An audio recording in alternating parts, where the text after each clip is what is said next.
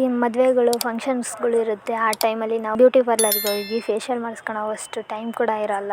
So time ಕೂಡ save ಆಗಬೇಕು, ಜೊತೆಗೆ ನಮ್ಮ ಫೇಸ್ ಕೂಡ ಸರಿಯಾಗಬೇಕು. ಕೆಲವರಿಗೆ ಆಯಿಲ್ ಸ್ಕಿನ್ ಇರುತ್ತೆ, ಇನ್ನು ಕೆಲವರಿಗೆ ಡ್ರೈ ಸ್ಕಿನ್ ಇರುತ್ತೆ. ಸೊ ಅಂಥವ್ರು ಕೂಡ ಎಲ್ಲ ಥರ ಸ್ಕಿನ್ನವ್ರು ಕೂಡ ಈ ಫೇಸ್ ಪ್ಯಾಕ್ನ ಯೂಸ್ ಮಾಡ್ಬೋದು. ಎಲ್ಲ ಥರ ಫೇಸ್ಗೂ ಈ ಫೇಸ್ ಪ್ಯಾಕ್ ಅಡ್ಜಸ್ಟ್ ಆಗುತ್ತೆ. ಇನ್ನು ಮುಂದೆ ಬೃಂದಾ ಅಡುಗೆ ಮನೆ ಯೂಟ್ಯೂಬ್ ಚಾನಲಲ್ಲಿ ಅಡುಗೆ ವೀಡಿಯೋಸ್ ಮಾತ್ರ ಅಲ್ಲದೆ ಬ್ಯೂಟಿ ಟಿಪ್ಸ್ ವೀಡಿಯೋಸ್ ಕೂಡ ಅಪ್ಲೋಡ್ ಮಾಡ್ತಾ ಹೋಗ್ತೀನಿ. ಹಾಗಂತ ಅಡುಗೆ ಚಾನಲ್ನ ಮಾಡಲ್ಲ ಅಂತ ಅಲ್ಲ, ಎರಡು ಕಂಟೆಂಟ್ ವೀಡಿಯೋಸ್ಗಳು ಇನ್ನು ಮುಂದೆ ನಾನು ಬೃಂದಾ ಅಡುಗೆ ಮನೆ ಯೂಟ್ಯೂಬ್ ಚಾನಲಲ್ಲಿ ಅಪ್ಲೋಡ್ ಮಾಡ್ತಾ ಹೋಗ್ತೀನಿ. ಮನೆಯಲ್ಲೇ ಸಿಗುವ ಇಂಗ್ರೀಡಿಯೆಂಟ್ಸ್ನ ಬಳಸಿಬಿಟ್ಟು ಬ್ಯೂಟಿ ಟಿಪ್ಸ್ ಬಗ್ಗೆ ವಿಡಿಯೋ ಮಾಡ್ತಿದ್ದೀನಿ. ಬೃಂದಾ ಅಡುಗೆ ಮನೆ ಯೂಟ್ಯೂಬ್ ಚಾನಲ್ಗೆ ನಿಮ್ಮೆಲ್ರಿಗೂ ಸ್ವಾಗತ.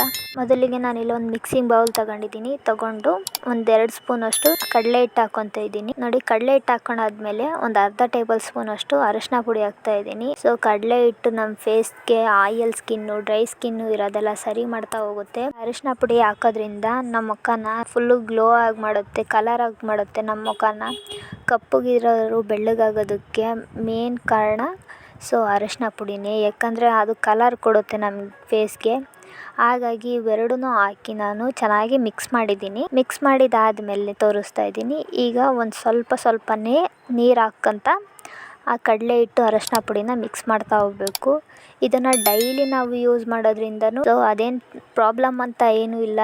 ಇದರಿಂದ ಕೆಮಿಕಲ್ ಏನು ಹಾಕಿರೋದಿಲ್ಲ. ನಾವು ಕೆಮಿಕಲ್ ಇಲ್ಲದಂಗೆ ಮನೆಯಲ್ಲೇ ಸಿಗುವ ಇಂಗ್ರೀಡಿಯೆಂಟ್ಸ್ನ ಬಳಸಿ ಈ ಫೇಸ್ ಪ್ಯಾಕ್ನ ರೆಡಿ ಮಾಡ್ತಿದ್ದೀವಿ. ಸ್ವಲ್ಪನೇ ನೀರು ಹಾಕಿ ಇದನ್ನೆಲ್ಲ ಚೆನ್ನಾಗಿ ಮಿಕ್ಸ್ ಮಾಡ್ಕೊಬೇಕು, ಯಾವುದೇ ರೀತಿ ಗಂಟಿಲ್ದಂಗೆ. ಈ ಫೇಸ್ ಪ್ಯಾಕ್ನ ಡೈಲಿ ಫೇಸ್ಗೆ ಅಪ್ಲೈ ಮಾಡೋದ್ರಿಂದ ಗ್ಲೋಯಿಂಗ್ ಆಗಿರ್ತೀವಿ ನಾವು ಯಾವಾಗಲೂ. ಈ ಆಯಿಲ್ ಸ್ಕಿನ್ನು, ಡ್ರೈ ಸ್ಕಿನ್ನು ನಮಗಿರಲ್ಲ.